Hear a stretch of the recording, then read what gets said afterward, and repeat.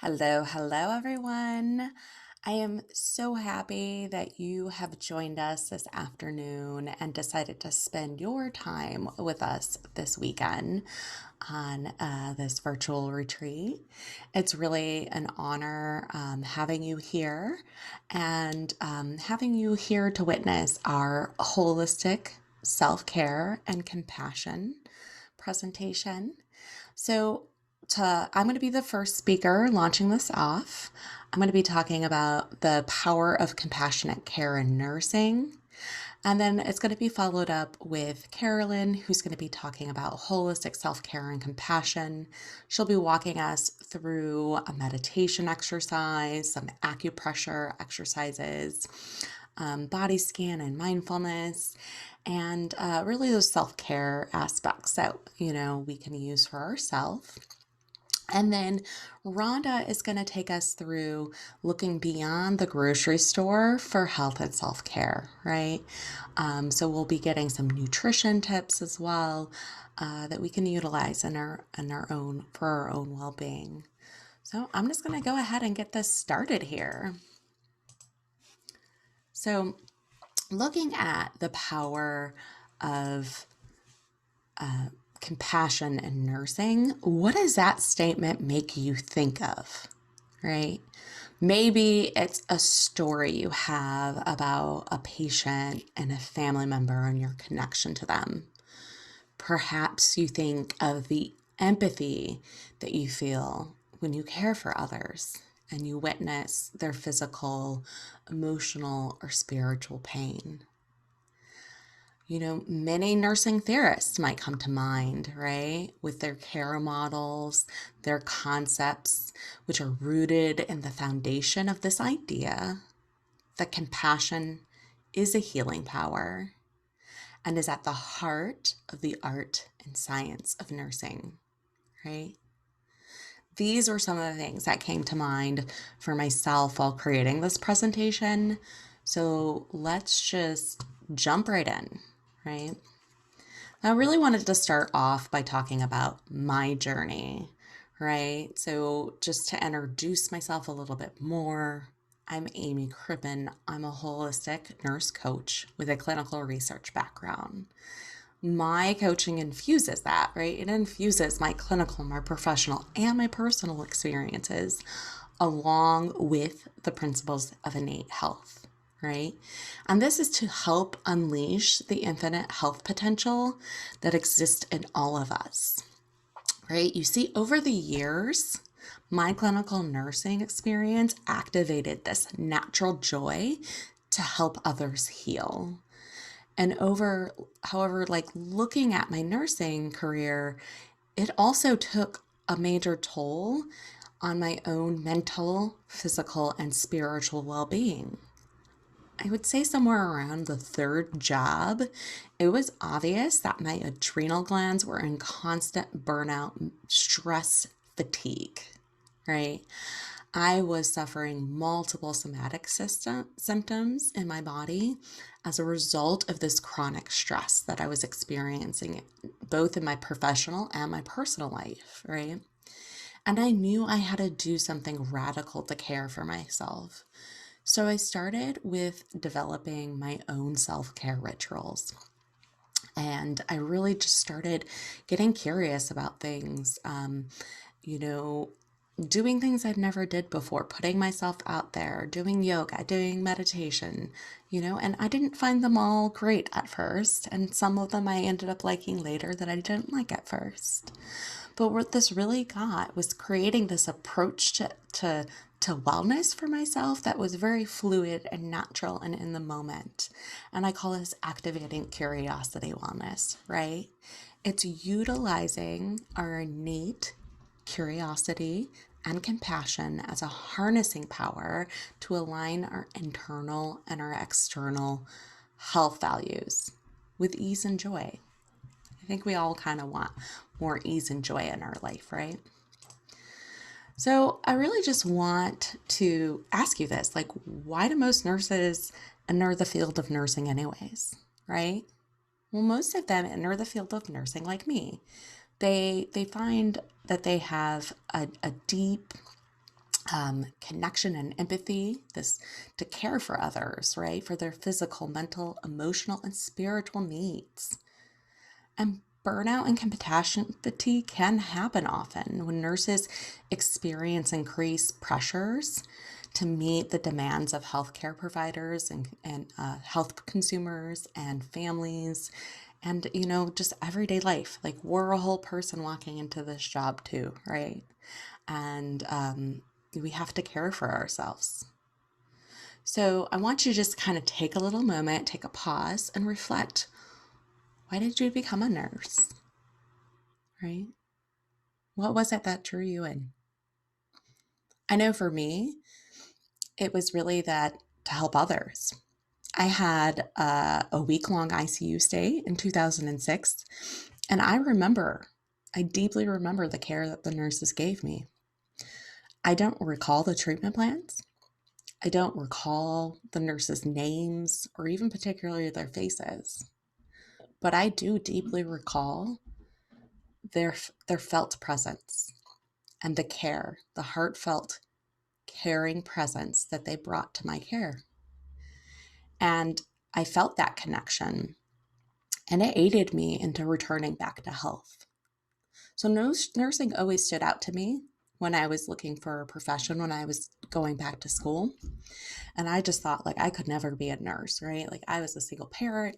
I had a lot of things going on. There's no way I can do those hours. In fact, I went in thinking I was going to be a dental hygienist until one day my compassionate heart convinced me otherwise, right? And here we are. So, nurses have this innate desire to heal, right? And I did too. I used to stay up dreaming about going on missions to help. I would think and imagine myself being right alongside like Mother Teresa and Gandhi. And I was just one of those kids that always made friends and connect with them deeply. And I even remember, the commercials about helping children in third world countries. And I used to save up my money and convince others and encourage my friends to do the same, right? And I bet that you can relate to some of this, some of this innate compassion and this innate drive, because nursing is a calling, right? We say it all the time, but it really is a calling. And the compassion is just built in. It's part of it, right? Like my husband is a musician, and he hears things I don't hear in music. And I'm a nurse, and I feel compassion for others that others don't feel. It's just built in. It truly is. And so, this is what that power is, right? This is what the power of compassionate care really is, right? So, what would you say? What would your response be if I said the only natural talent a nurse has is their deep connection to empathy and their innate desire to provide compassionate care? Everything else we learn as nurses is a learned skill. It's taught to us, right? But that drive as a little kid was in me. It was innate. And, some nurses, they pick up on these skills quicker than others, and some of them, have different interests. But this compassion, this powerful compassion that we have within ourselves, this healing power, is the deepest thing that we really can embody, right? So compassion is this sympathetic awareness, right, to another person's distress. And it's combined with this desire to alleviate it. So in the world of nursing, this is our innate supersonic healing power. It's what leads us to become, to provide better patient outcomes, right? And compassionate care isn't just simply relieving suffering, but it's entering into our patients' experiences, right? And enabling them to retain their their independence, and their dignity, right? Being compassionate benefits the nurse and the patient, right? And self-care is the access point to nurturing compassionate care. In nursing, it's engaging and starting with you, with caring for yourself as the nurse and providing the self-compassion that you need to really fuel your calling. And so let's look at some theoretical perspectives. We're going to be looking at Jean Watson's human caring theory and Mary Colordis's relationship-based model for transforming practice. And then Charles Fingley, who is a psychologist, we're going to be looking at his concept of compassion fatigue as well. So Jean Watson, we probably remember her from nursing school, right? The caring science and the theory of human caring, which is grounded in the basic relationship between the nurse and the patient.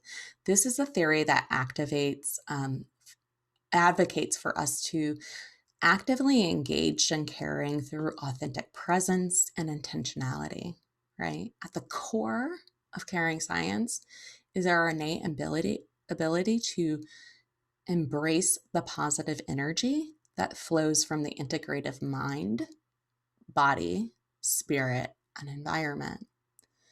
This type of nursing is mutually rewarding for the patients and the nurses, right? Being fully present with our patients is very rewarding. And the profession of nursing thrives within the context of caring and empathetic relationships between that nurse and between that patient. So compassionate care is really forged from the vision of Florence Nightingale, right? Who she asserted that the role of the nurse is to put the patient in the best position to be able to heal themselves, right? That innate health is from within, and we help nurture the healing process, right? That is what our role is as nurses. And Mary Clordis had this relationship-based nursing, right? Where the nurse's relationship to the patients, to the families, to themselves and their colleagues, right? And at the core of relationship-based nursing is empathy between the nurse and all of these relationships. That empathy is defined as the ability to understand the patient's feelings, right? Under the situation from the patient's perspective. So it's this ability to communicate that back to the patient, right? So it requires some active listening and, having a higher perspective, but also engaging and reflecting and making sure that we understand correctly what the patient's needs are. And really, this concept also of relationship-based nursing looks at the nurse as needing to be more assertive sometimes, right? And expressing their personal needs and their values. So, this is really a view that embraces a model, I should say, that really embraces a work-life balance as an achievable outcome. And it really advocates for the relationship with the self as an essential aspect of optimizing one's health and for being empathetic with others and being a productive member of the work group, right, in the health facility. And Jean Watson's theory of human caring really advocates for this relationship-based nursing as well.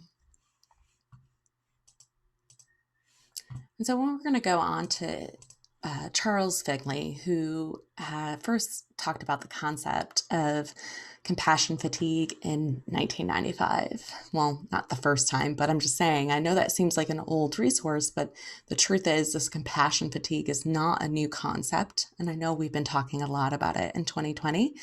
But this was really something we were talking about a long time ago. And his concept really came from compassion fatigue being as an experience by helpers in distress. So not just something that is limited to a helping profession, but also like our patients' family members can experience compassion fatigue as well. And it's often caused by witnessing a secondary trauma. So it results from caring from patients in their physical and emotional pain.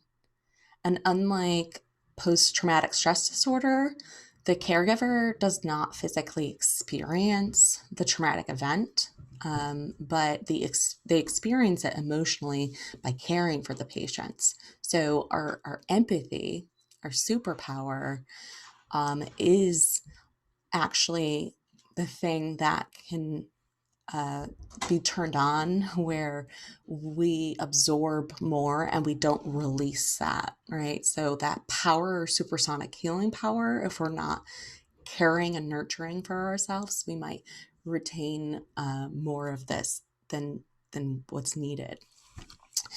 And that happens when helpers in distress aren't adequately caring for themselves, right? And they're not doing their self-care behaviors, and they increase self-sacrifice in the helper role.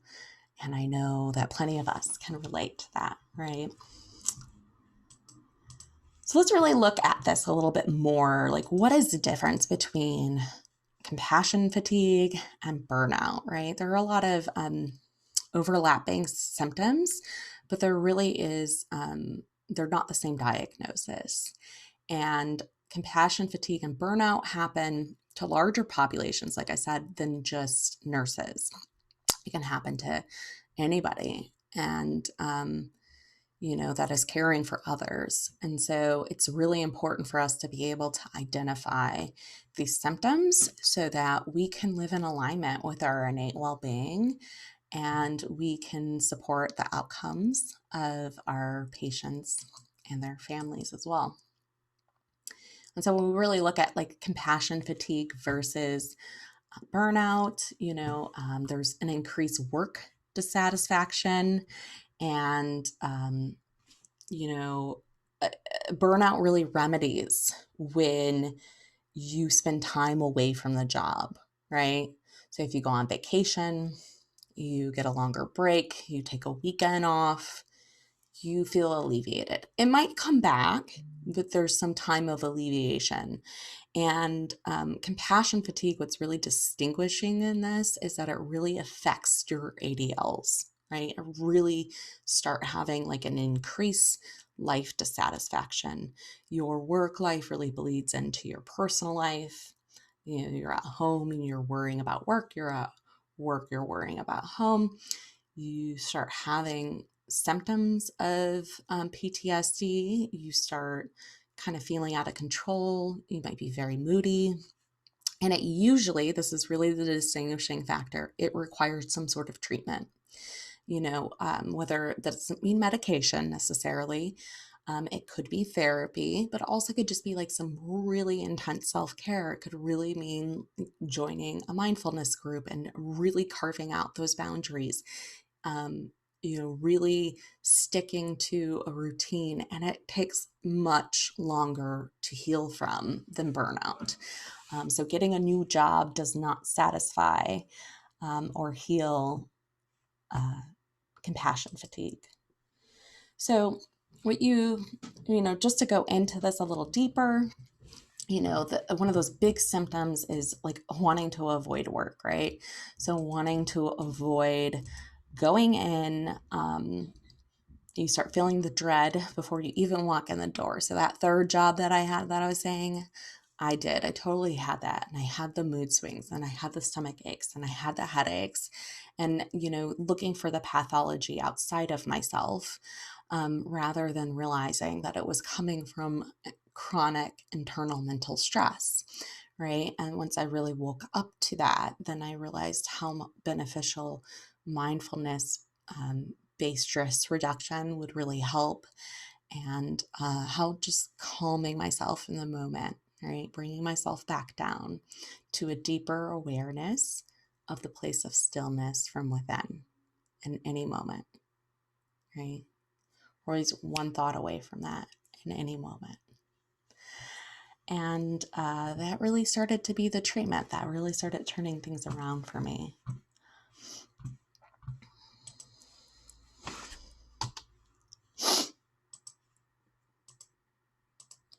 So strategies for reducing the stress response is really looking at like what are these stress reactions, this anxiety, the chronic pains, and everything.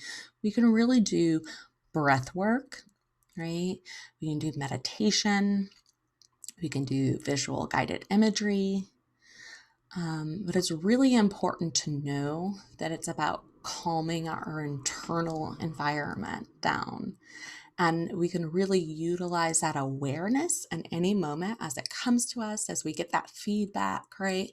We get that biofeedback from our body. We start experiencing the anxiety in the moment, and all of a sudden we're aware of the anxiety. It's really bringing ourselves back down to a place of stillness, right? And Carolyn's going to be walking us through more of this mindful meditation and the self-compassion aspects and acupuncture. So we'll go through this a little bit more in detail, right? And, so really cultivating compassion in the nursing practice begins with us, right?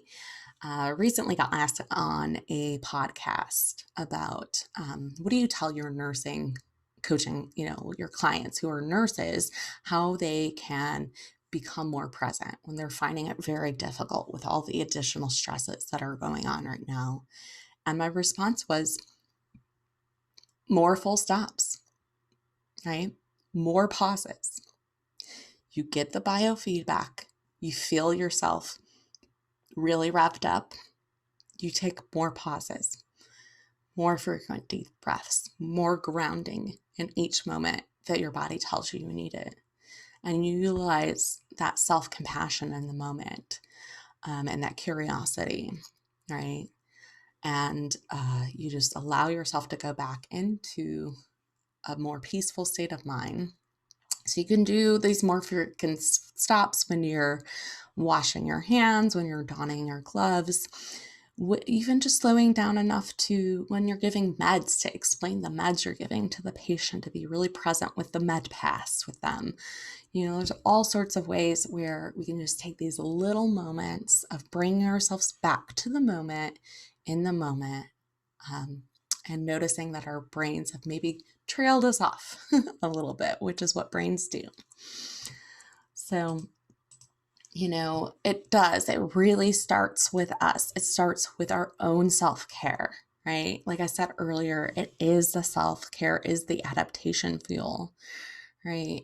Think of how much better you feel when you care for yourselves, and just take a moment and recognize, what does that look like for you? It doesn't need to look like anybody else's routine. It doesn't need to look like some prescription of like 5 days a week you exercise a certain way. It can look like whatever it looks like for you in that moment, whatever occurs to you in the moment to care for yourself. Sometimes it's getting quiet and realizing you need a little break. Sometimes it's getting quiet and realizing I need a bathroom break on the floor to just go chill out in the bathroom for a moment, right? And really just noticing that self-care is not indulgent, right? It's self-preservation. It's what's required, right, of us to be able to care for others.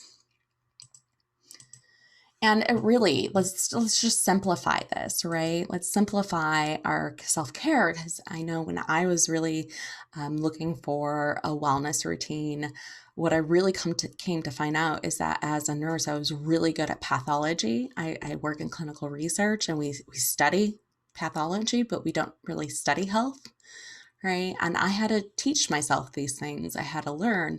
And the self-care wheel looks a lot like a wellness wheel, right? And it started to feel like a lot more to do. Like, oh my gosh, I'm so out of balance. My lawn needs to be done, and my dishes, and my taxes are here, and my car is dirty, and whatever else. And oh, I'm supposed to do this presentation. And it just started to feel like I was never really in this balance. And what I started to realize is that I could really think of this more as in the moment. And this is where I developed the activate curiosity wellness, right?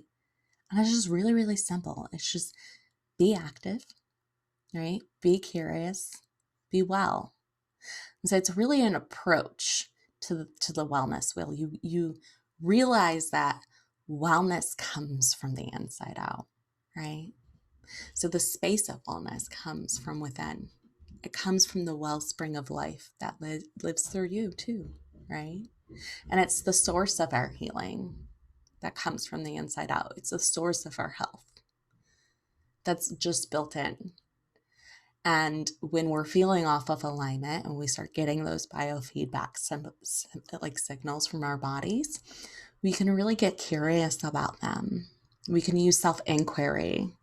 We can use self-realization. We can use our awareness, and we can listen for insight and use our insights and activate them, right? So we listen to guidance from within in the moment, and then we do what feels natural and good to us to harmonize ourselves back, right? And it's no longer this juggling act. It then becomes something that's very fluid and flows with the speed of life, right? And you get to make it whatever it is. You get to just become really present in your life and just get curious, be active, be well. And let's just really look at the healing power of self-compassion, right? There really is 3 components to this. There is self-kindness, common humanity, and mindfulness, right? And the yin and yang of self compassion is really, how we are being with ourselves and how we are acting in the world. And knowing how we are being with ourselves manifests into our behaviors and how we're acting in the world. Right. So if we're being very stressful and bottled up and like we don't even have time for ourselves on the inside to tend to our internal needs, well, then, of course, we're going to probably blow up one day at somebody because we are very stressed and we're like a pressure cooker at that point. So, the yin of this is really like comforting and soothing ourselves and validating ourselves, right? And the yang of this is really protecting and providing and motivating ourselves to activate, what it is that we need to do for ourselves. This is really a transformative and healing power, right? And extending compassion to ourselves in the instance of like having a perceived inadequacy or failure or just general suffering is really transformative, and nurturing ourselves back to our innate well-being, back to the space of stillness. And this is kind of what leads us here, right? This it's like passion has led us here to this nursing calling, and self-care and self-compassion is what will help us grow here. It's what's required of us to really act on our innate desire, right? To provide that compassionate and healing care for others in our profession. And it allows us to be the change we want to see in nursing, to be the nurse that radically takes care of themselves. Be the nurse that empowers wellness, right? And Carolyn will be leading us through our self-care toolbox with that meditation exercise, that body scan, and those positive affirmations. And thank you so much for being here. And I really hope that you picked up something on this.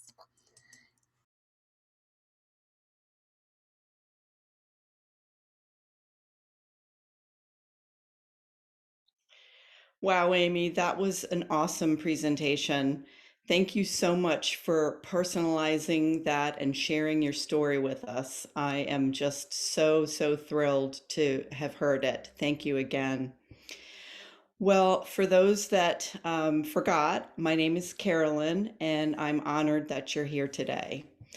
I'm going to expand on the holistic self-care and compassion practices that will hopefully provide you with relaxation, some stress reduction, and of course, we'll have some take-home demonstrations, and you can hopefully add those to your toolkit. So you may have heard of or already practice some of these methods already. And I just invite you to listen with a beginner's mind and an open heart. So I hope you have something to drink and you're in a comfortable position, and we're going to go ahead and get started. So the next slide. Now, mindfulness and meditation have been around for thousands of years. Respected Zen master Thich Nhat Hanh said that mindfulness is based on the foundational practice of breath awareness. This brings you back into the present moment, into your body, and your ability to find joy. Jon Kabat-Zinn is largely responsible for bringing all of these Eastern teachings of mindfulness here to the West. And his definition of mindfulness is paying attention on purpose in the present moment, non-judgmentally. Well over 30 years ago, he conducted a stress reduction research study, excuse me, that demonstrated the reduction of chronic pain and depression with 6 weeks of meditation practice. Mindfulness-based stress reduction techniques are evidence-based, and they're widely used in hospitals, clinics, addiction centers, and many other settings. Next slide. Insight meditation teacher Sharon Salzberg says, just start where you are. Eliminating distractions is not the goal of mindfulness, but becoming aware of them and returning to the present moment is. You simply close your eyes or gaze downwards. That reminds yourself to go inward, and try having an anchor. For most people, this is just the breath awareness or the sensations of your breath. But you could also try a mantra, which is saying quietly in your mind a very short phrase such as in when you inhale and out when you exhale. You could also just try counting 10 breaths at a time. Whatever works for you and whatever is comfortable for you is it should be done. Now, during your meditation practice, your mind will reflexively replay the past, anticipate the future, and wander off. And this is normal and to be expected. Next slide. So mindfulness at work. It can be really challenging, especially with the difficult situations that are often encountered. And as Amy mentioned, it requires learning to pause. You also need to practice, and you need to have patience with yourself and sometimes get some support. But bringing yourself back to the present moment by pausing and stopping, taking a few deep breaths, releasing any tension that may have settled somewhere in your body, can help you feel centered and grounded, becoming authentically present with the ability to listen deeply, have caring and compassion for yourself and your clients. Next slide, please. I hope you like that cute little kitty. I really liked that kitty. So the stress response we all are well aware of, fight, flight, freeze. It has allowed the human species to survive and evolve. But today, instead of those saber-toothed tigers that are chasing us, we have the pandemic, nursing shortages, crisis working conditions, just to name a few. We know the effects chronic stress unleashes on our bodies. Mindfulness and meditation practices offer that bridge to connect our mind, body, heart, and spirit, with the desired result being balance and homeostasis. Next slide. Mindful living. It's not only about dedicated meditation time. I'm dating myself, but how often have we heard the cliche, stop and smell the roses? We know that we should slow down, try not to rush, and savor each moment. But mindful habits can start simply with using your five senses. Smell the scents that surround you. Observe all the brilliant colors of the flowers and the trees outside. Listen to those birds chirping and the squirrels chattering. Feel the softness of your cat or your dog's fur. Or taste the flavors of each meal that you have: coffee that you drink, wine that you're sipping, or chocolate, especially the chocolate. Try to place your full awareness on whatever activity you're engaged in, whether it's driving in the car, you're at the grocery store, or you're watching your child's soccer game. Challenge yourself to be in the present moment and not to look at the what ifs. Also, consider decluttering your home a bit and possibly setting up a peaceful, sacred space where you can quietly meditate. Next slide. I highly encourage you to find time every day, even if it's only for 5 minutes, to sit down and to quietly meditate and go inward. Just the awareness of noticing your thoughts have drifted off and then returning your attention back to the breath or your anchor is actually mindfulness training. And of course, we know that regular periods of quiet time, stillness, silence, or praying will reduce your heart rate and decrease your stress and anxiety. Ready for that next slide. So I also have been inspired and influenced by Jean Watson's human caring nursing theory. Many, many moons ago, I became a nurse because I wanted to care for people.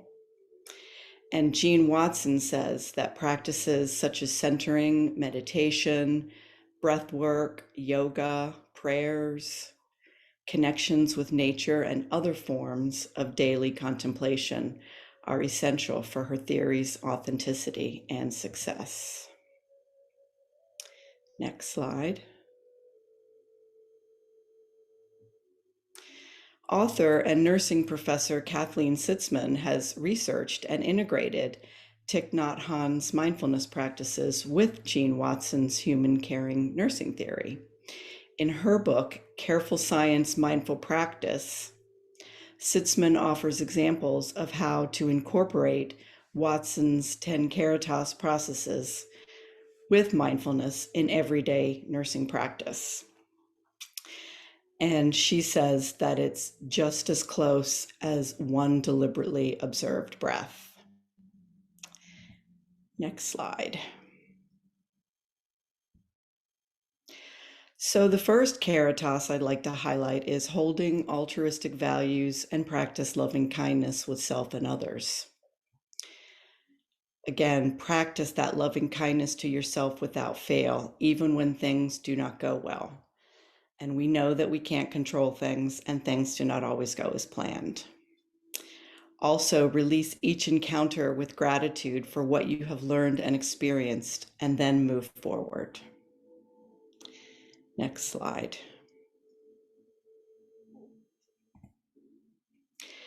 The second Caritas is be authentically present, enable faith, hope, and honor others. We really need to understand and be aware that all human beings make mistakes and manage these mistakes with openness, kindness, and dignity. And this includes ourselves. Next slide.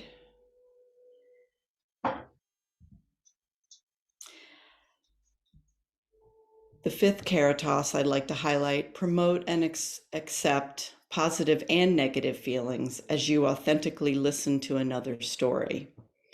So practice allowing all the feelings, releasing the negative ones, and recognizing the impermanent nature of feelings.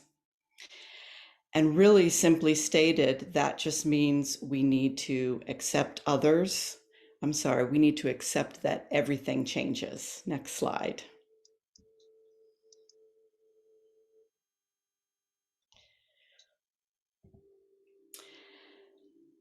The eighth caritas is to create a healing environment for the physical and spiritual self that reflects human dignity.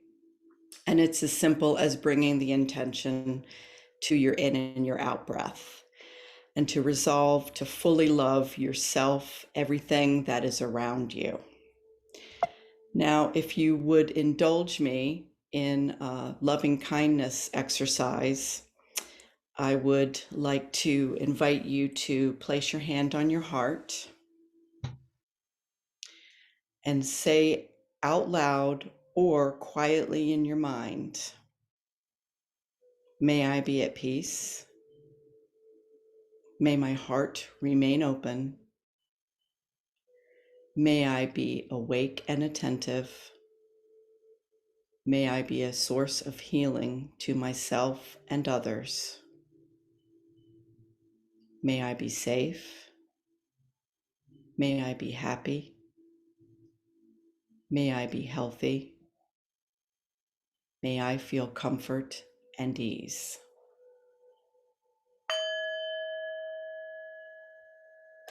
Next slide, please.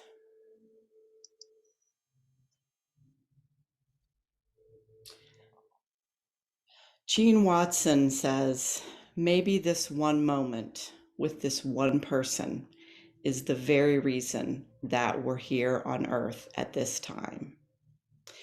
And as Amy has said, with our nursing mainly being chosen to care for others, let's continue committing to humanity and moving forward. Next slide.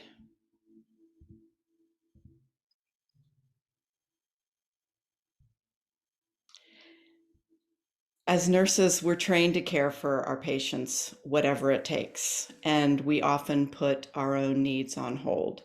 So practicing self-compassion and loving kindness to ourselves is comparable to holding that cute teddy bear.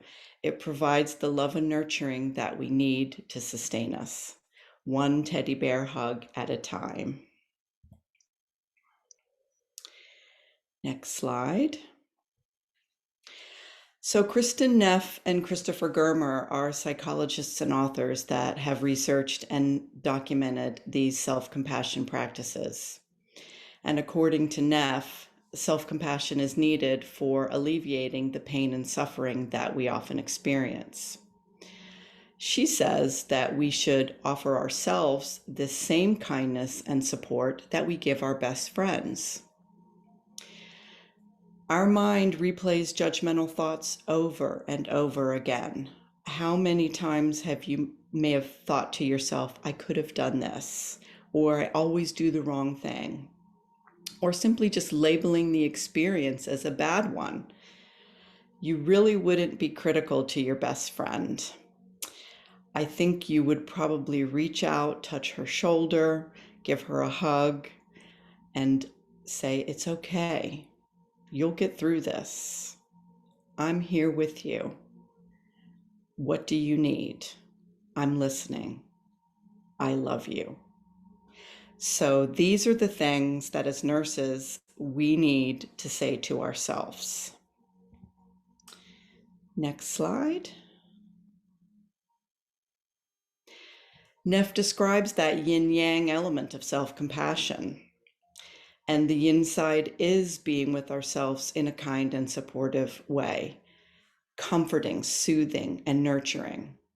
And that yang side is acting in the world in the compassionate way, protecting, providing, and motivating.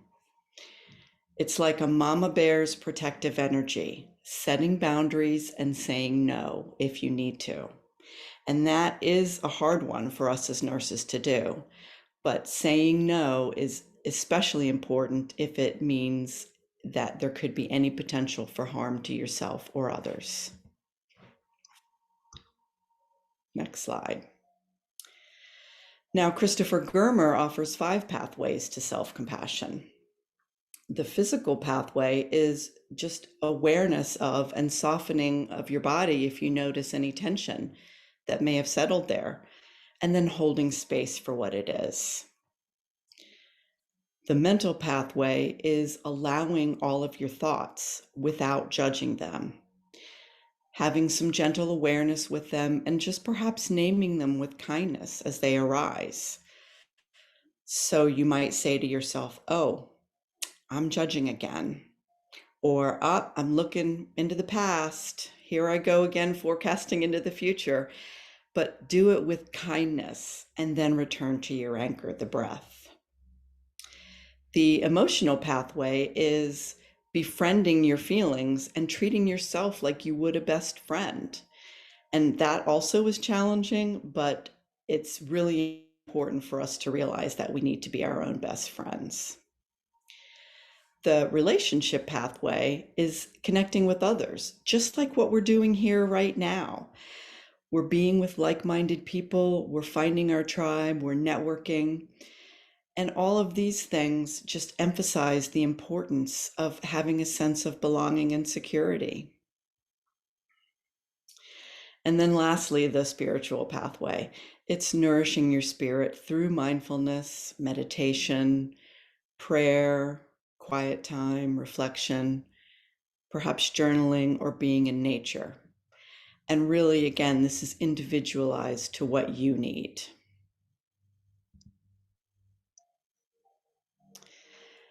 Now, self-judgmental thoughts can lead to unintended and unhealthy reactions that will trigger that fight, flight, freeze. So we often get caught in self-criticism. I shouldn't have made that mistake. That was really dumb. Or self-isolation. I'm the only one this happens to. What about self-absorption? I should have gotten that promotion. Next slide. So, reflecting on how to help with some of these judgmental thoughts, try to acknowledge the shared humanity. You're not in this alone. We all experience pain and suffering. And learn to say no. Honor your time, especially with picking up any extra shifts, and try to avoid overcommitting. Now, here's an important one. Look in the mirror and see your whole self, your beautiful human being, just as you are, and say, I love you. And try to forgive yourself and other people. This is huge. We knowingly and unknowingly cause harm, and that happens to us as well. So I challenge you to try forgiveness. Next slide. So we know that energy is everywhere and it's in everything.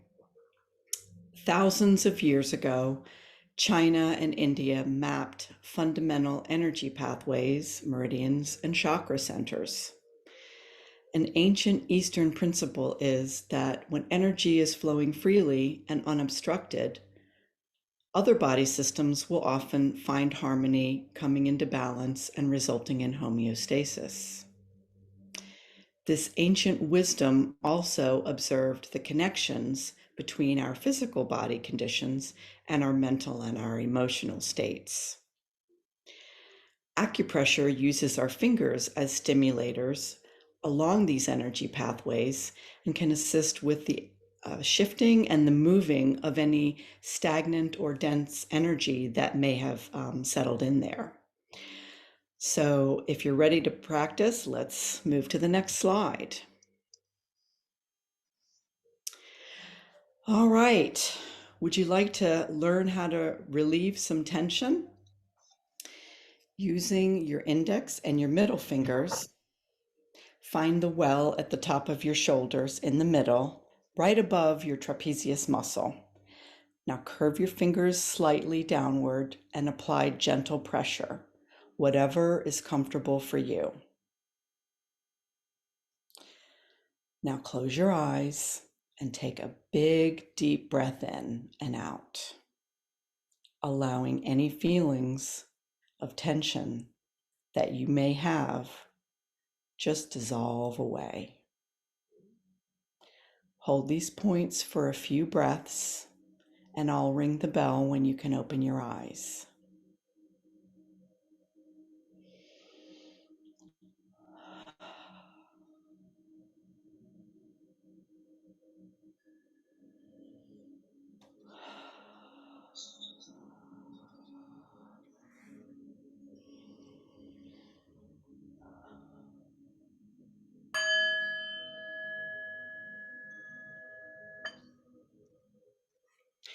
Do you need to feel grounded? Again, using your index and your middle fingers, locate the midpoint of your clavicle bone and go right below. Curving those fingers in gently, not too deep here, just applying that gentle pressure and closing your eyes, taking that deep breath and release any tension and allow yourself to come into this moment feeling grounded and stable.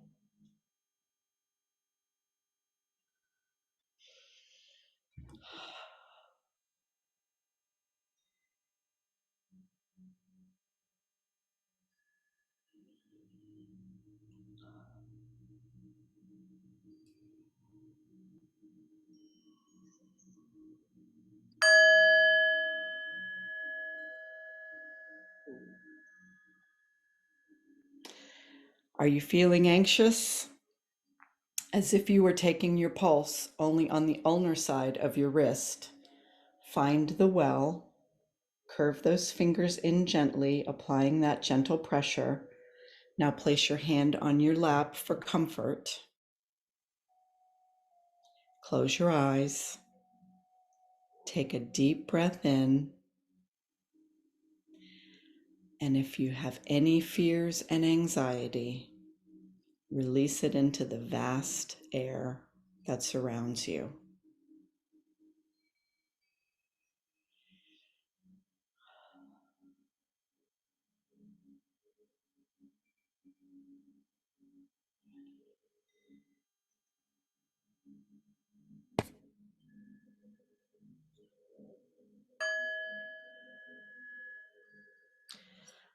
Ideally, you'd practice these for at least 1 minute or 12 breaths. 3 to 5 minutes is preferred. And while it may be difficult, finding a quiet space and having your eyes closed also helps. Next slide. So, guided meditations that place awareness into your body really bring you into the present moment and help with relaxation and stress. And then practicing positive affirmations can improve your self-confidence and help you create a healthier, happier mindset.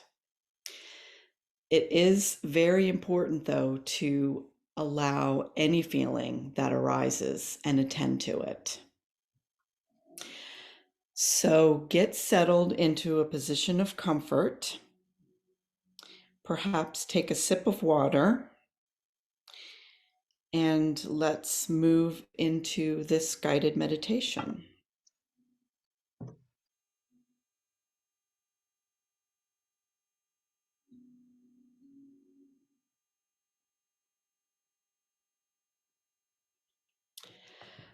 Okay.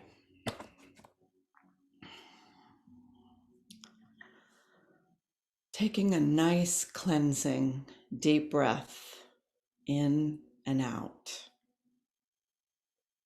Just arrive here right now, in this moment, and gently close your eyes. Take a few deep breaths here.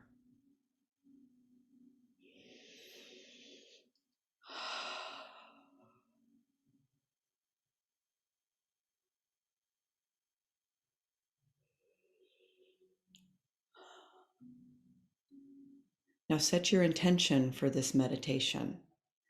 Perhaps it's simply to relax or release some tension. Whatever it is, it's unique to you.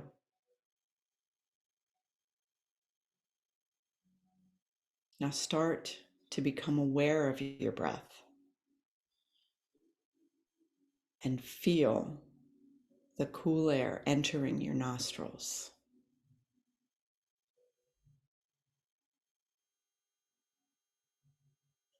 Maybe you notice your breath as your chest rises and falls. Feel this sensation, this breath of life.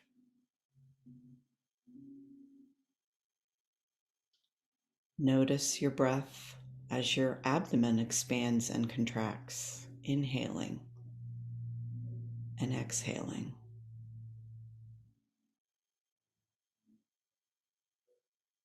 Allowing your mind to quiet off into the stillness. When thoughts start to come up, just imagine that the top of your head, the crown is open, and they're floating out into the sky around you with a gentle breeze of wind.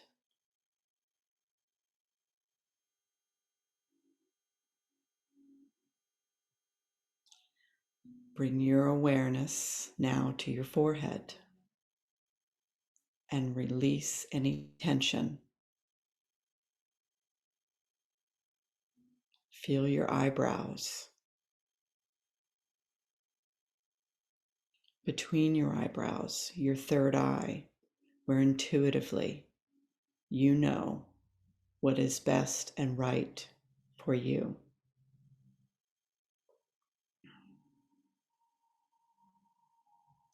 Feeling your eyes relaxed and at ease, all the tiny muscles quiet.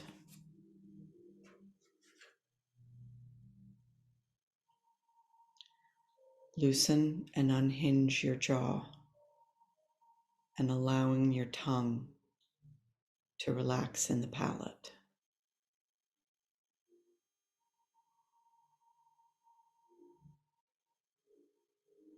Feel any tension release from your neck and your shoulders and picture them as one unit, light and weightless.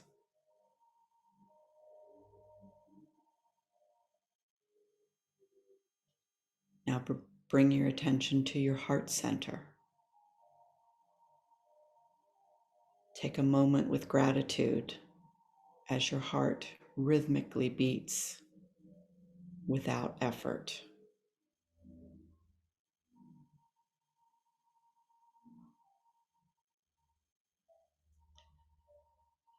Visualize your heart filling with love and compassion for yourself.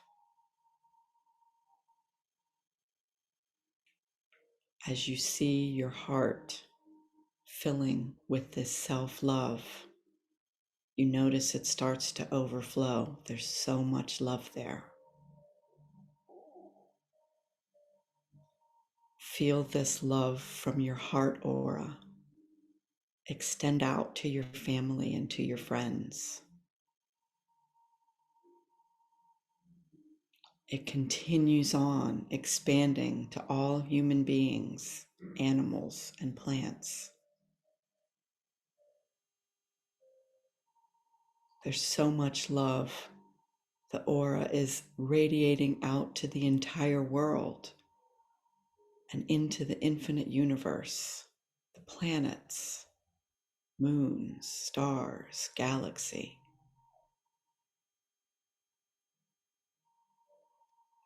Take a moment to picture all this love sending out everywhere in all spaces.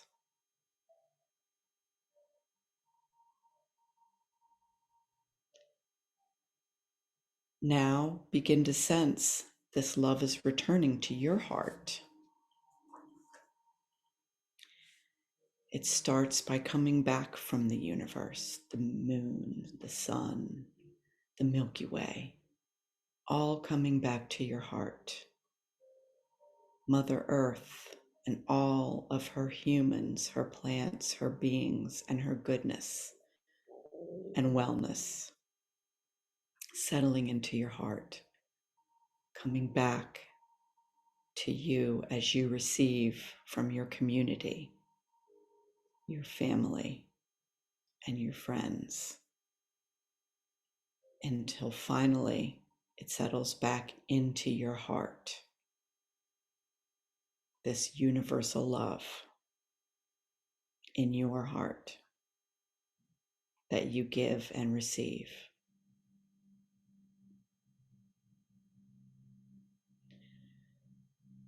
Bring your attention to your hands. What do you feel there? Warmth, tingling, vibrating.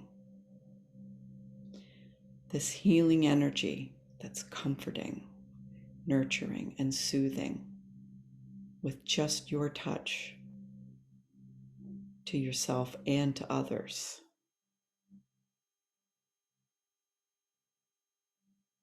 Notice your spine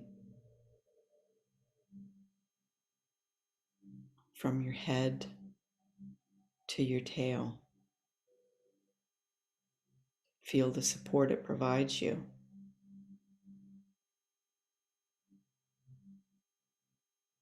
Soften your abdomen. Allow your hips and your pelvis to relax. Feel this flowing, going into your lower body, your legs, knees, your ankles, and your feet.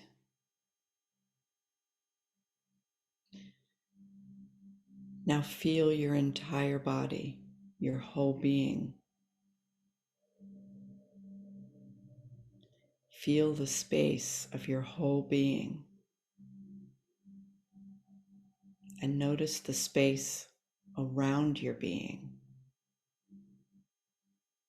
Feeling this space merging together, connecting you with the space of the universe.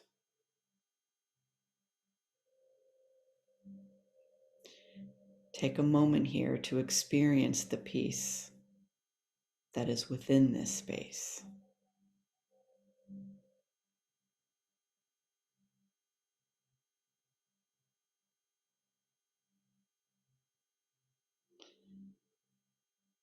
Now return your awareness back to your body, keeping your eyes closed. Say quietly in your mind, I am loved and supported. I am making a difference every day. I speak gently and honestly. I am kind and empathetic in every situation. I am calm and release what I cannot control. Take a moment to store these affirmations in your heart and know that you can access them whenever is needed.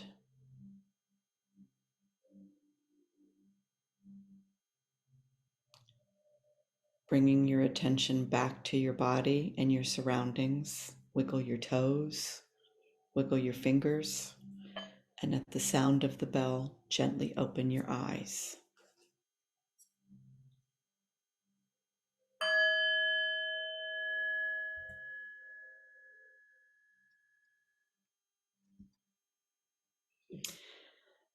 Welcome back. I hope you feel a little more calm, a little relaxed, and I hope you've stored a few of those affirmations into your heart and believe them. So, in closing, I would just like to thank you all for being here. It's really been an honor and a privilege. These holistic self-care, compassion practices can be challenging, but I encourage you, as Amy said, learn to pause and stop and just take a few deep breaths, but customize and individualize it to your needs, because only you know and only your intuition knows what you really need. From my soul to yours, namaste. Now, Rhonda will, so here are some references. And moving forward, Rhonda will talk about how to find some nutrition and make a grocery store trip, have you feel holistically empowered with the wellness. Thank you. Back to you, Amy. Thank you. It's wonderful. And I feel so relaxed that thank you so much for painful. We'll take a little pause here and we'll lead into Rhonda's nutrition.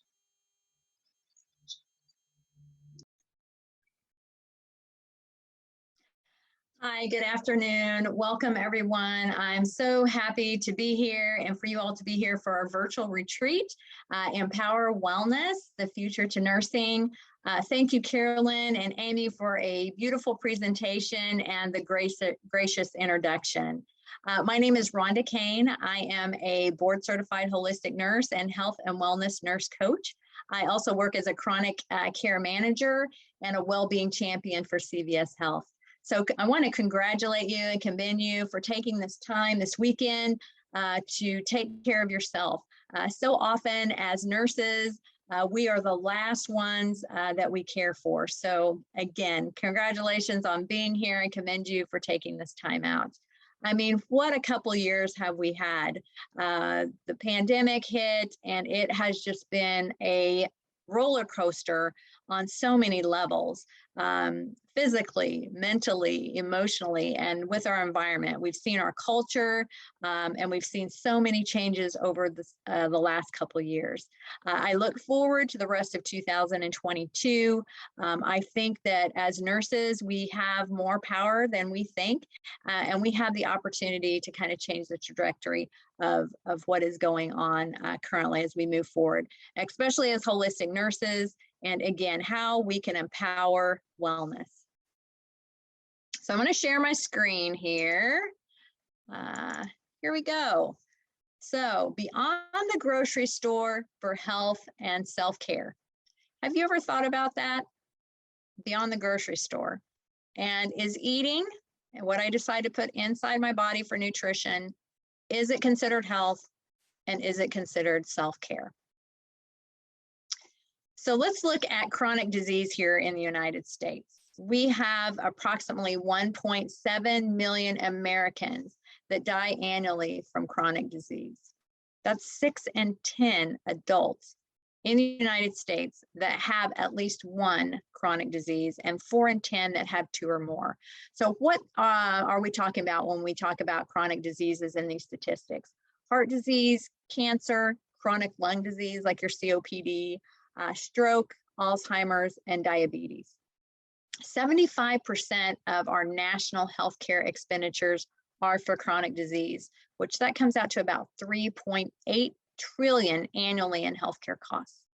Heart disease is the leading cause of death, and there are a couple of things that increase the risk of heart disease: obesity and metabolic syndrome. There are 4 main factors that contribute to this rise in chronic disease and healthcare costs: tobacco use, poor nutrition, lack of exercise, and excessive alcohol use. Does this gal look familiar? Has that been you at some point in your career? I can definitely say that I can definitely identify with her. She's running down the hallway, probably doesn't even realize she has her earpieces in for her stethoscope. She's got her cell phone. She's got 4 arms, it looks like, and she's on roller skates. She's multitasking beyond what it should be. She's stressed. You see these little things coming out of her head. So this has been most of us at some point during our career. And I can imagine going through the pandemic, it was 10 times worse as this little gal here. So how well do we do as nurses? I would say most generally, we're probably the last that we are taking care of. We are so focused on taking care of our parents, taking care of our family, taking care of our friends, that we are last on the list when actually we should be first. If we are not taking good care of ourselves, how well are we going to take care of others? How present can we be for them? So have you worked a shift, barely had time to go to the bathroom? Definitely. Lunch, what is that? You know, we're supposed to take a lunch, but how many of us actually do? Go to the break room, take 30 minutes and eat. Very few of us do. Breaks, how many nurses really take those breaks? Maybe that's grabbing something just to keep your blood sugar up, you know, granola bar or candy bar or piece of candy, you know, just something so you're not, you know, passing out on the floor. Or maybe you've got specimens that you're going to run to the lab and you run in the break room real quick and have a bite of pizza or something that was brought in by the pharmaceutical rep. So as nurses, we don't definitely do as well as we should or could. So what else contributes to our diet, nutrition, and how we can take care of ourselves? The standard American diet, it's not the best. You can see in the cart here, there's crackers, there's chips, everything is in some type of packaging. There's not anything that's whole food. That is a cart full of processed foods, which is very well known here in the US. And most of those items, I would guess, have high fructose corn syrup, which is a highly processed sugar that's not even really sugar. It's made from corn. So we look at marketing and how much is spent annually to market these processed foods that's in this cart over here. Have you noticed how much of it is targeted towards children and other vulnerable populations? The cereal commercials, the Pop-Tarts, McDonald's, Burger King, Taco Bell, and how they're marketed. A large percentage of government food subsidies goes towards commodity crops such as corn, wheat, and soy, and most labels on processed foods will have at least one, if not all 3 of those ingredients in processed foods. Getting back to the marketing, how many of you watched the Super Bowl? There's all different types of commercials, and those are generally the most entertaining. This past year, I watched high-profile athletes advertise for soda and chips. So you can see how it is being targeted toward, again, our younger kids and our vulnerable population. Something else that contributes to highly processed foods and these these commodity crops such as corn, wheat, and soy is glyphosate. So glyphosate is Roundup. Most of you may know it as Roundup, and it's used on conventional crops. So what do we mean by conventional crops? Most of our food here in the United States is grown conventionally. It is highly pesticide, herbicide, insecticide. They are literally just spraying all kinds of chemicals on these crops here in our country. And there are actually countries in Europe and other places abroad that these pesticides they're banned. They're just not allowed. In addition to glyphosate, there's genetically modified organisms, or GMO. It may be genetically engineered. So what does that mean? It's something that is lab created. It's not something that is grown naturally. And most of these genetically modified, altered crops, they are created to withstand glyphosate. So it kills the bugs, it keeps the bugs away and the worms and whatnot, but it's not going to kill the actual plant. Now, we haven't had any solid proof or any particular studies that show, is this Roundup, when it's sprayed on our food, is it detrimental to our health? Is it causing some issues? So far, there hasn't been any hard evidence to suggest that. However, I do want to mention that there have been lawsuits won against Roundup for people that have developed cancer from working very closely with this chemical. So most of these people are in like a head to toe gear, you know, breathing apparatus and everything to protect them from this chemical. And there have been people that have worked around these chemicals for a long period of time, and they have developed cancer. They have sued the company, and they've actually won in these lawsuits. So it does make you think about, wow, what is the potential of harm to me if I'm consuming these foods that have been highly pesticided? So here's a list here of the Dirty Dozen and the Clean 15. So the Dirty Dozen, and some of you may be familiar with this, are the most highly pesticided items that we can get at our grocery store. And it's probably best to buy organic if you can. Now, something about organic is they're not necessarily pesticide free, but there have been certain ones that are allowed for organic. So even when you're buying organic from the grocery store, you're not necessarily getting pesticide free, but maybe something that is safer. So the Dirty Dozen here on the left, again, are highly pesticided. Best to avoid those conventionally grown and buy those organic. The Clean 15, they're items, these are the top 15 that have the lowest level of pesticides, and they're considered safe to buy non-organic. So Dirty Dozen, highly pesticide, buy organic if you can, and then the Clean 15. I do want to mention on this list, you can see the sweet corn. Again, watch for genetically modified organisms or genetically engineered. The sweet corn may actually be GMO and have been sprayed heavily. And kind of something that I keep in mind when I'm looking at corn is if it's pretty darn perfect, meaning you don't see a worm. Most people go, ooh, there's a worm in there, I don't want to eat it. Well, if it's safe for the worm to eat and it hasn't died, it's probably going to be okay for you. So if you find corn that is perfect with absolutely nothing, no blemishes or anything, there's a good chance that it was probably heavily pesticided to kill any insects, worms, and so forth. Okay, conventional farming. So we talked about the produce and some of the genetically modified items, and we go into conventional farming. Excuse me. We're getting to the area of how is livestock raised in conventional farming versus non-conventional. So feedlots are confined space for breeding and living. I think probably my first time being exposed to what this looked like outside of a documentary was on our drive to Michigan. And we're going across Missouri, and out eastern Missouri, there is literally just feedlot after feedlot after feedlot. And you see these confined areas of cattle. And then you also see the corn crops, the corn and the soy, just field after field after field.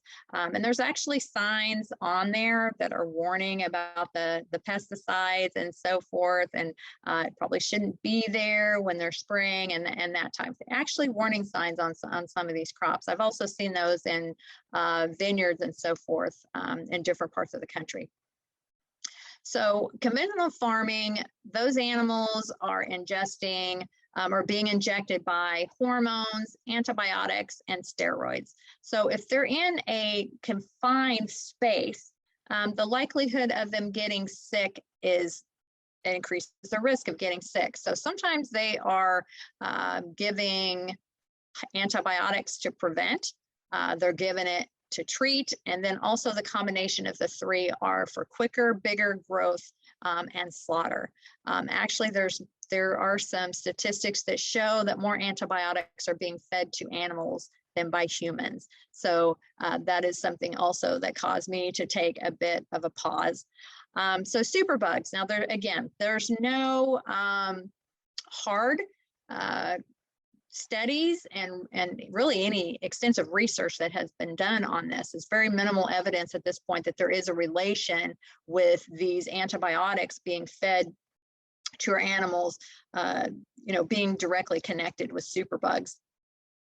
But we've gotten more into like medical and nursing, that doctors are not as quick to prescribe antibiotics as they once were. I can remember being early in my career, someone would call the doctor's office, they had a cough or sniffle, and the doctor would send out a Z-Pak, and it could have been viral, and the antibiotic wasn't going to do anything for them anyway. I think we're seeing more physicians kind of, let's hang back and see if maybe this is viral, and you can treat it with something over the counter and have it run its course. Then we look at some of our grocery stores and big box stores like Costco. I know I go into my Costco and there's like a big, huge cooler area with beef. There's one with chicken, and there is one with pork. Have you ever walked into a Costco or any of your grocery store and all of those shelves are completely bare? Well, maybe now a little bit with some of the supply chain issues, but in normal circumstances, I don't think I've ever been in my local Costco where there was just absolutely nothing in these coolers. So was all of it purchased? Was it consumed? Or did some of it go to waste? Now, I know here in Kansas City, there are some stores that if it's getting close to the sell-by date, they may freeze it and send it off to community kitchens that feed people in need and that type of thing. But not all of it, I don't think, is being contributed. So we have to ask, why are all these animals being raised and the food is not being sold or consumed? So here's some pictures here, I think, that are very telling. You can see that there are the pictures here on the left, cattle and chicken, and then we see on the right, again, cattle and chicken. The ones on the left, the cows there, that's what a feedlot looks like. And actually that one doesn't look too awfully crowded. I've seen them where they're much more crowded. So you can see there are like puddles, and it looks a bit muddy. And then the chickens are in a very confined space. It's kind of dark except for that little light bulb there. And it's just not ideal. These animals were not meant to live in these type of environments. Now you look on the right-hand side, you see the cattle that are on pasture. There's lots of room for them to roam. Same with the chickens. These cattle that are in these feedlots are being fed grain for the most part. They're not out on grass. They're not eating what their digestive system is meant to digest. It's very hard on cattle to digest corn and wheat and soybeans. And for the longest time, I thought that's just what cows ate. Cows were not out on pasture and they were fed grain. They put them in the troughs and that's how they ate. Same with chickens. I grew up in Southwest Missouri and there were literally just chicken houses. And all of these chickens are crammed in. There's no windows. There's no way for fresh air to get in and out. They are confined to these chicken houses. I don't know if you've lived around chicken houses before, but they don't smell very good. So that's how this is the environment that these animals are living in. The cows and the chickens on the right, they're what we call pastured. So pastured beef, pastured eggs, pastured chickens. Those are all, that's terminology that you can kind of tuck back in your head when you're looking for food, what you're looking for. Again, organic, we talked about how that can be a bit misleading. It's not necessarily pesticide free, but it is maybe something that's a little bit safer. So if you go to your grocery store and you see organic beef or you see organic chicken, that's a very small piece of the story. The cattle may still be in some of these more crowded conditions, maybe not as bad as what is in the picture here, but they're being fed non-GMO or organic grains. May be supplemental to their diet as opposed to grazing on grass or hay in the wintertime. And same with your chickens. You may go to the store and see organic chicken. It's not the worst choice. It's definitely not the worst choice, but it may not necessarily be these chickens that are out on pasture that you see in this picture. Chickens are meant to eat bugs and worms, and that's their diet. That is their natural diet. A lot of times they are fed, even in a pasture situation, they're supplemented with grains. Not always ideal. They prefer the bugs and the worms. So eating with awareness. So we've learned a little bit about conventional farming, how produce is raised, and the standard American diet, processed foods. So eating with awareness. So does awareness lead to self-care, or is awareness self-care? I think it's probably both. We have here in 2022, and for the longest time, we are kind of programmed to go to the grocery store. That's where we go every week to get groceries and food for us and for our families. But grocery stores are a relatively new concept. We have a one-stop shop. You can go to your local Costco, Sam's Club, the Walmart Supercenters, Hy-Vee grocery stores, Price Choppers, and it's a one-stop shop. You can basically go there and get everything that you need for the week. So what did this look like prior to our current grocery stores? It was the mercantile store, like you see on the left, and then you have our grocery stores of today. Do any of you remember Little House on the Prairie? Did anybody watch that when you were a kid? The Olsons were the owners of the town mercantile shop. Mr. and Mrs. Olson and Nellie, they were ones that ran the store, and they had items that were very limited, but it could be anything from flour to maybe they picked out a dress or something. So we went from mercantile stores, very limited, where people actually raised and grew their own food, and a lot of their time and a lot of their effort and a lot of their income went toward raising and growing their own food. Going back to Little House on the Prairie, they all had chores, and it was taking care of the animals, it was canning food, it was, harvesting their food. So a big shift between those days and what we are used to today. Another part of the evolution with our food system is the stay-at-home mom and food prep versus working parents and quick fix meals. So I remember my mom used to be at home when I was young. She cooked most of the meals from scratch. She had learned to cook from my grandma, and we had more food prep. Then my mom wanted to go to work, so then there were two parents working outside of the family, so mealtime was much different. Mom wasn't home all day. She came home from work. She was tired, so there wasn't as much food prep. Things were a little bit quicker, and then my dad cooked some too, and that never turned out well. And then the next part is the microwave. Do any of you remember getting your first microwave? I do. This thing was huge. Huge microwave. It took up a big corner part of the kitchen, and we went from cooking things on top of the stove and the oven. It was like, ooh, here's this new thing, and it cooks everything fast, and it's supposed to save us time.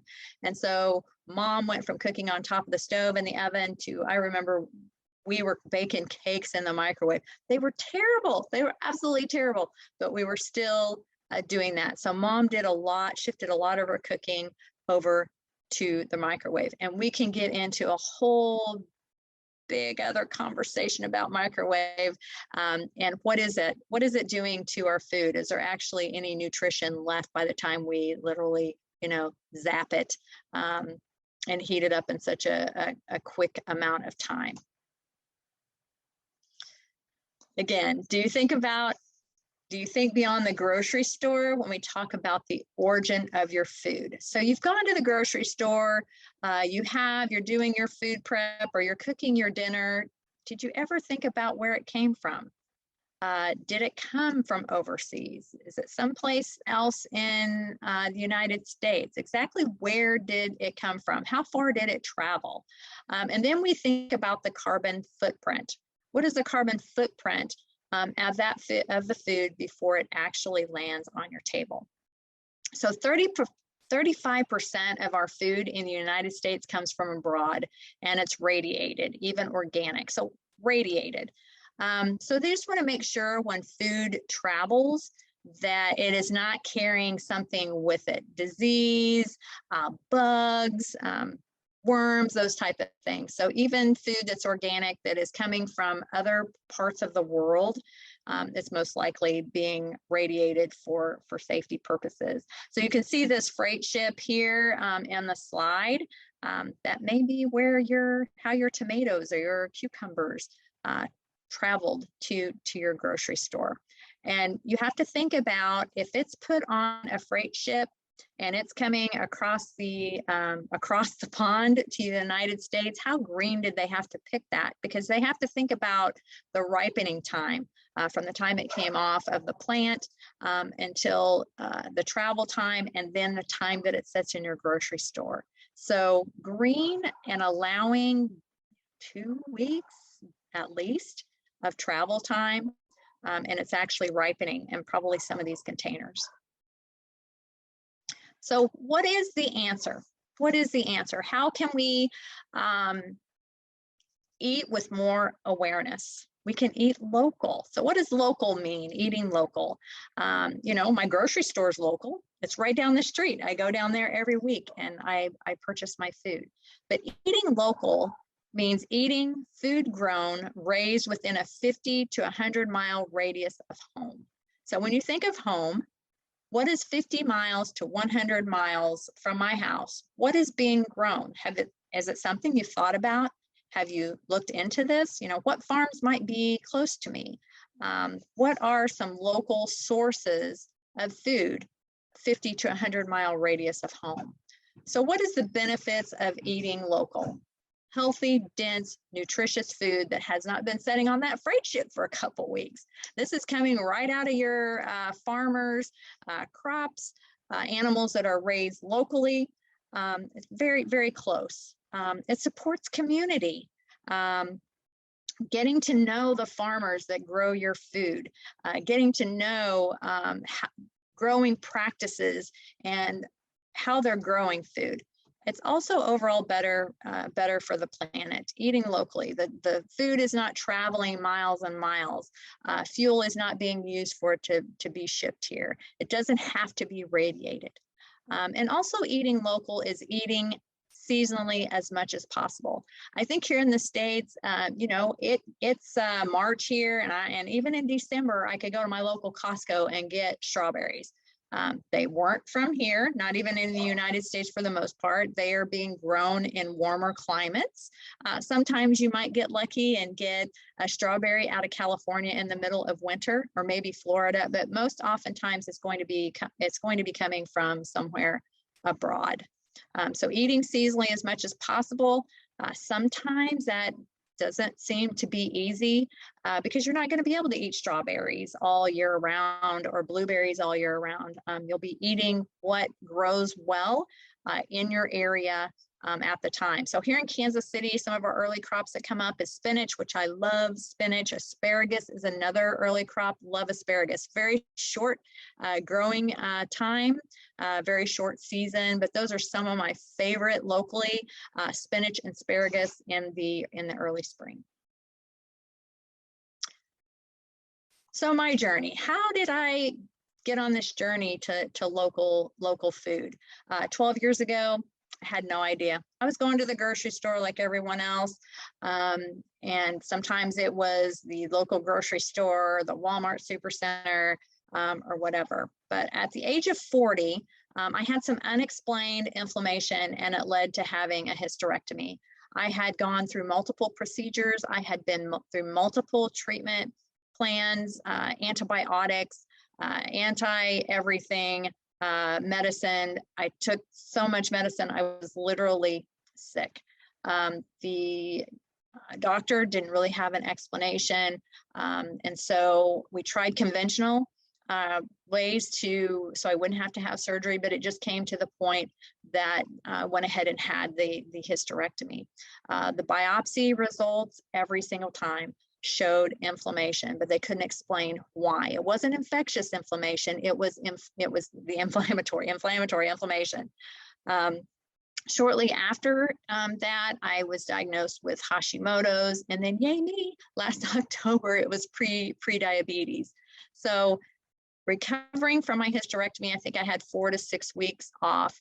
And I kept thinking, inflammation, what is going on that I had all this inflammation? So I started doing some research and reading, and one click led to another, and to various articles and different documentaries.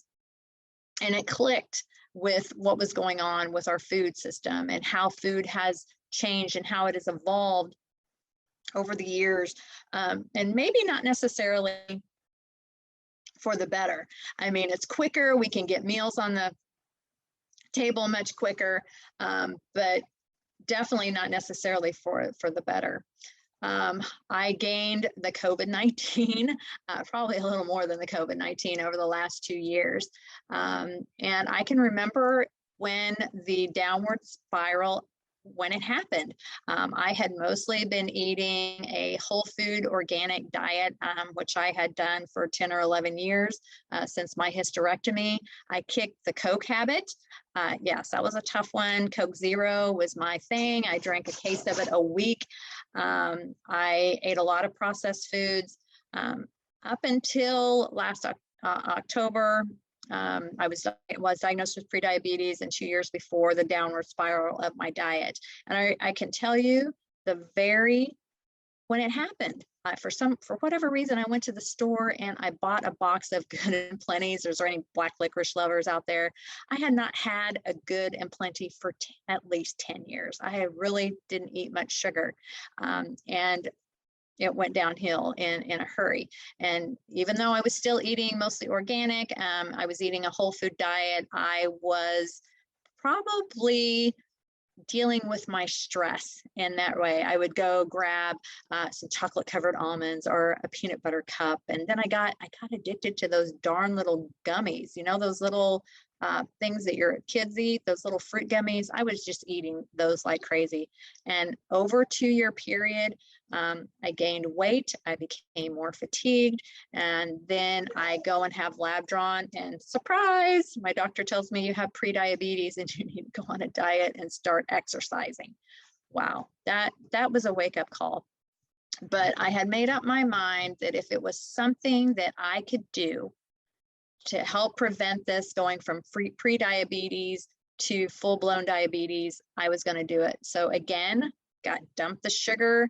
I went on a more keto diet, low carb, and I'm happy to say that I'm actually down 20 pounds, which it's very rewarding. And I have tried all kinds of diets over my life. From being a very young girl, thinking that you're fat. Wow, 112, I wish I could go back to being 112 pounds fat. How about you? So I have been on low calorie, low fat. We're seeing that that's not the way to go, especially there's healthy fats. We need those healthy fats for good brain health. I've been on the Mediterranean diet. I've been vegan. I've been vegetarian. I've tried all of them, but I really like Dr. Mark Hyman's approach. And if you don't know much about his approach to nutrition, I would encourage you to, he has The Pharmacy, which is a great podcast. He has a number of books, and you can follow him on social media. He calls his approach vegan. So it's not quite vegan. It does have some protein in it, but he has kind of flipped it. So most Americans, when we eat, it's like, okay, you have your plate and here's this big slab of steak or this big piece of chicken or this ginormous pork chop. And then the sides, then there's your sides. And you notice that when you go to a restaurant, you have the big the big burger, the big protein, and then they have this little section over here where it's sides. Dr. Hyman has kind of flipped that to most of your plate is going to be plant-based. It's going to be veggies, and your protein portion, if you do choose to eat animal protein, is your side. So he's just flipped it. You have more vegetables, small amount of protein. He also encourages, we talked about those healthy fats. We need those fats for good brain health. So that can be avocado, it can be extra virgin olive oil. If it's a good source of avocado oil, nuts, and not roasted nuts. You want them raw. And if you can get them, most of them are roasted. So again, raw nuts, extra virgin olive oil, avocado oil, and then minimal alcohol, and then drink plenty of water. And we can get into water a little bit also. If you can, filtered water is going to be the best. Reverse osmosis is a way to get good clean water. There's filters available for some refrigerators. And then also there's a Berkey filter that's available. It claims to clean pond water. I have one for my camper. I haven't tried the pine water yet, but I would love to. But it gets a lot of those possible contaminants that can be in your water. So when I decided to change my diet about 12 years ago, and I started looking at organic and eating more whole foods, and I learned about the pesticides and how the animals were raised, I thought, this is great. I cleaned out my pantry. My husband thought I was completely nuts. And I went to the grocery store for the first time. I had my list of stuff that I wanted to get. I was going to do organic, and I was shocked. 12 years ago, the stores were not like they are now. Like Costco has a lot of organic items, including produce. But there's this little small section in my grocery store. It was very limited, and it was 2 to 3 times more expensive than regular groceries were. And I thought, wow, how am I going to do this? I just got rid of half of my pantry. How am I going to do this? How am I going to get to a more whole food, organic diet when this is all I have at my grocery store? So the affordability part was definitely a challenge.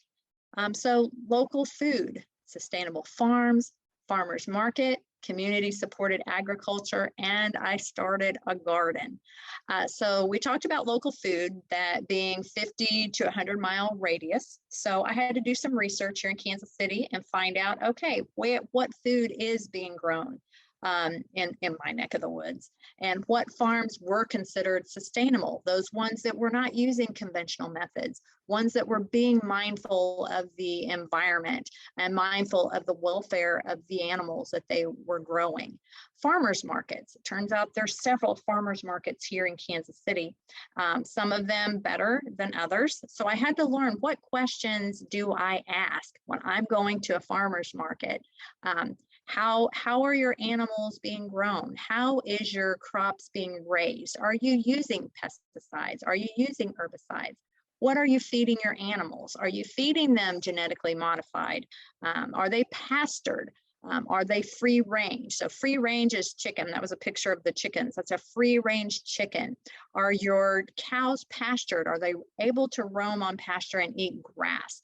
So those were some questions that I learned to ask, and I was able to find a market here in Kansas City, a farmer's market, that actually has policies. They cannot sell at the market. They can't advertise at the market unless they meet certain criteria, and it falls within these sustainable farming practices. So farmer's market is a way that you can eat local if you know some of the questions to ask. Unfortunately, there are some vendors that do get their vegetables and so forth other means that is not necessarily grown locally. Community supported agriculture. This is something that I am participating in for the first time this year. I'm super excited about it because I do want to eat more seasonally here in Kansas City. So it's essentially a subscription to produce, fresh produce, every week and it's for 29 weeks. And it will be whatever seasonal. So I will get some asparagus and spinach early. I'll get those yummy strawberries in June. And then I'll get into some winter squash and things in the winter time. So I'll get to pick up a surprise little goodie bag every week for produce through a community supported agriculture. And then I've started a garden. I actually started a garden years ago. I have some raised beds in my yard, backyard, and you can grow herbs on a deck. That's what I started. So I encourage you, if this is something that you want to try, is to start out small and do an herb garden on your deck or on your front porch. So I'm going to go back to the original question. Do you think of what you put in your body for nourishment as self-care? So we've talked about how the difference is with food that comes across the pond versus something that's grown locally. It's healthy, it's nutrient dense food to feed our bodies. It's taking care of the environment. It's that lower carbon footprint. We aren't putting those pesticides and insecticides and things that are down in the soil. Supporting community, getting to know your farmers, getting to know the vendors at the farmers markets. And all of those things contribute to decreasing the risk of developing chronic disease. We talked about those 1.7 million Americans that we lose every year because of chronic disease. Also, mindful eating with awareness. Where is my food coming from? Mindful eating, also eating in the present, taking that time to eat and reflect about your food.